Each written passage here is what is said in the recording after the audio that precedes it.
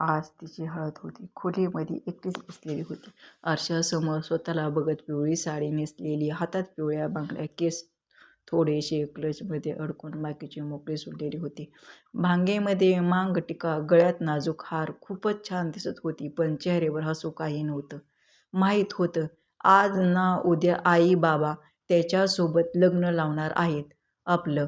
पण असं अचानक तो लग्नाला तयार नसणारा लग्नाला कसा तयार होऊ शकतो? त्याचं तर फक्त शताक्षीवर प्रेम होतं. नक्कीच त्याच्या आजीने त्याला तयार केलं असणार. ती विचारात असते तेव्हा दरवाजा उघडण्याचा आवाज येतो. एक 5 ते 6 वर्षाचा मुलगा आत येतो. तो तिच्याजवळ येऊन उभा राहतो. "माऊ, तू या येल्लो कलरच्या साडीमध्ये खूप छान दिसत आहे." ती फक्त चेहऱ्यावर हलकं स्माईल आणते.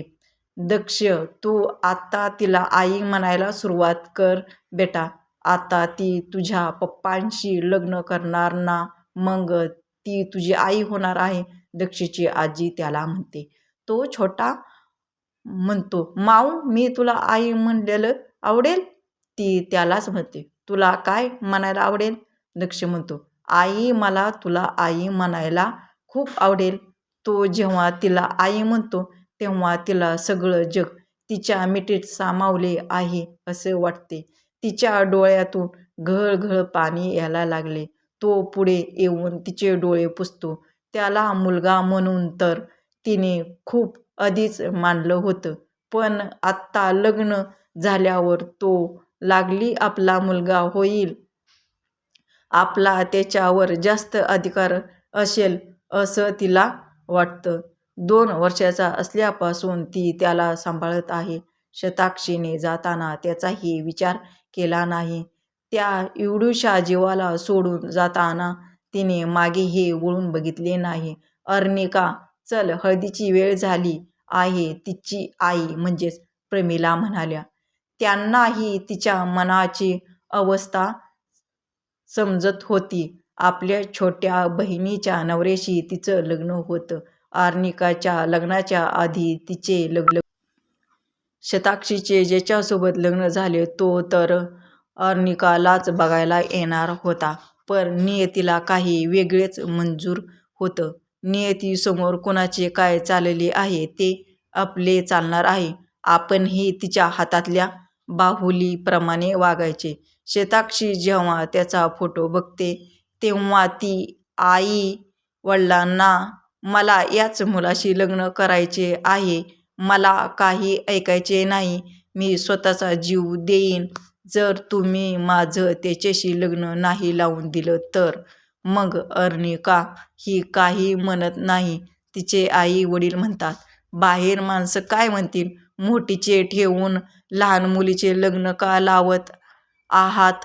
पाहुण्यांना काय सांगायचं?" अर्निका म्हणते, "बाबा, पाहुण्यांना सांगा आमच्या मुलीला आताच लग्न नाही करायचे.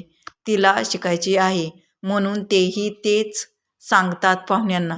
मग काय, शताक्षीच त्याच्यासोबत लग्न होतं. अर्निकाला हळदीसाठी खाली आणतात. तिला आज त्याच्या नावाची हळद लागते. तो म्हणजे आपला हिरो, दक्षचा हँडसम पप्पा. हो, तो दोजेश, इमानदार. हळद तर तिला लागली होती त्याच्या नावाची. तो म्हणजे दोजेश इनामदार कंपनीचा मालक. वय वर्ष 32, दिसायला एकदम देखणा, नाजूक चेहरा, गोरापान, उंची 5 फूट 9 इंच. चांगल्या माणसासाठी चांगला आणि वाईट माणसासाठी वाईट होता. इनामदार कंपनीचे बरेच बिझनेस होते, त्यात टेक्सटाईल बिझनेसमुळे त्याच्या कंपनीचे नाव भारतीयाच्या टॉप 10 मध्ये घेतले जातं. तिकडे कोल्हापूरमध्ये अर्निकाला त्याच्या नावाची हळद लागत होती, तर इकडे हा मुंबईमध्ये स्वतःच्या कंपनीच्या केबिनमध्ये चेअरवरती मागे डोके टेकून डोळे बंद करून बसला होता. नुकताच मीटिंग संपून आला होता. घरून आईचे फोन येत होते, "उद्या लग्न आहे, तू कधी येणार आहेस?" दमला होता. मानसिक त्रासाला आयुष्यात खूप बदल झाले. शताक्षी गेल्यानंतर त्याने स्वतःला कामात झोकून दिलं. रात्रंदिवस काम करायचा. त्याच त्याचं एकच ध्येय होतं, आपली कंपनी ही भारतातील नंबर 1ची कंपनी व्हायला पाहिजे. त्यासोबत तो स्वतःच्या आईवडिलांकडे, बहिणीकडे, दक्षकडेही लक्ष ठेवायचा. त्याच्यासाठी त्याने बॉडीगार्डही ठेवले होते. शताक्षी जेव्हा त्याला सोडून गेलेली तेव्हा दक्ष 2 वर्षाचाच होता. जेव्हा शताक्षीच्या आई वडिलांना समजले की शताक्षी दक्षला ठेवून घर सोडून गेली आहे, तेव्हा ते मुंबईला द्विजेशकडे आले होते.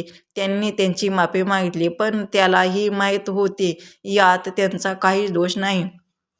त्यांच्यासोबत अर्निकासुद्धा आली होती. तेव्हा ते लहान गोंडस बाळ कोणाकडेच राहत नसत.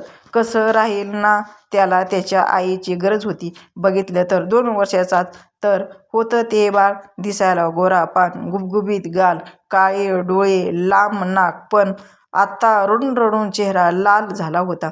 अर्निकाला जेव्हा त्याच्या रडण्याचा आवाज येतो, ती त्या दिशेने जाते. तिथे एक मध्यमवयीन स्त्री त्याला शांत करत असते, पण ते शांतच होत नसते. अर्निका जाऊन त्याला घेते. ती त्याला बोलत बोलत गार्डनमध्ये घेऊन जाते. दक्ष, हे बाळ काय झालं माझ्या या छोटूशा सशाला काय झालं ती त्याच्याशी बोलत असते, तर ते छोटंसं लेकरू तिच्या तोंडाकडे बघत असते. ती तसंच त्याला फिरवत फिरवत खायला ही घालते आणि ते गोंडस बाळ तिच्या गप्पा ऐकत खातच खांद्यावर डोके ठेवून झोपून जातो. हे लांबून द्विजेश आणि अर्निकाचे आई बाबा बघत असतात. अर्निकाचे आई बाबा कसे तरी द्विजेशला समजावून काही दिवस दक्षला त्याच्यासोबत कोल्हापूरला घेऊन जातात. पण त्या काही दिवसात दक्षला अर्निकाची खूप सवय लागते. तो तिला सोडून राहतच नसतो. तेव्हापासून दक्षला अर्निकाचे सांभाळत असे. तो खुर्चीवर डोके मागे टेकून शांत बसलेला असताना दरवाजावर नॉक होतो. तो कम इन म्हणतो, तर त्याचा बॉडीगार्ड मयंक आतमध्ये येत त्याच्यापुढे फोन पकडत बॉस मॅडम आहेत लाईनवर. तो रागात बघत फोन हातात घेतो. हॅलो आई, बोल. अरे काय बोल, तुला किती फोन केले, तू फोनच उचलत नाहीस, म्हणून मयंकच्या फोनवर फोन करायला लागला. सॉरी आई, फोन सायलेंट होता. कधी निघणार आहेस तू मुंबईवरून? अरे आज हळद होती रे तुझी, तू आलाच नाहीस. आई, लग्नाला तयार झालो आहे, एवढेच पुरेस नाही आहे का? अरे द्विजेश, लग्नाच्या अगोदर ही काही रीतीभाती असतात, त्या पाळाव्या लागतात. आणि आत्ता आम्हाला काही ऐकायचं नाही. तू आत्ताच कोल्हापूरसाठी निघ, उद्या लग्न आहे, हे जरी लक्षात आहे ना तुझ्या? आई, मी उद्या लग्न मुहूर्तापर्यंत पोचतो. तेवढ्यात त्याची आजी त्याच्या आईच्या हातातून फोन घेते आणि बोलते, द्विजेश, मला काही नाही ऐकायचं. मला आज तुम्ही इथे हवं आहात, नाहीतर आम्ही आमची औषध पथ्य पाणी काहीच वेळच्या वेळी करणार नाही. आमची तब्येत बिघडेल. काय होईल? फार फार तर येतो मी. तो एवढेच बोलून फोन ठेवतो. फोन ठेवल्यावर तो मयंकला जेट रेडी ठेवायला सांगतो. अजून त्याची एक मीटिंग असते. थोड्या वेळात ती झाली की तो निघणार असतो. मयंक ही ठीक आहे सर म्हणतो आणि जातो. इकडे तिला हळद लागायला नंतर तिची मैत्रीण मिनल तिला खोलीत घेऊन येते. अर्निका येऊन बेडवर बसते. मिनल ही दरवाजा लावून तिच्या पाशी येऊन बसते आणि तिची गंमत करत म्हणते, हाय, काय ग्लो आला आहे हे आहे चे यावर. जिजू जेव्हा बघील ना तुला, तेव्हा त्यांना तुला मिठीतच ओढून घेतील.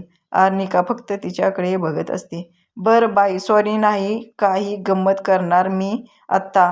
पण जिजू आले की नाही कोल्हापूरला? नाही ना. नाहीत आले ते मला समजतच नाही. आम्ही लग्नानंतर एकत्र कसे राहू? आमच्यात तर काहीच बोलणं नाही होत नाही. ते माझ्याशी बोलतात नाही, मी त्यांच्याशी बोलते.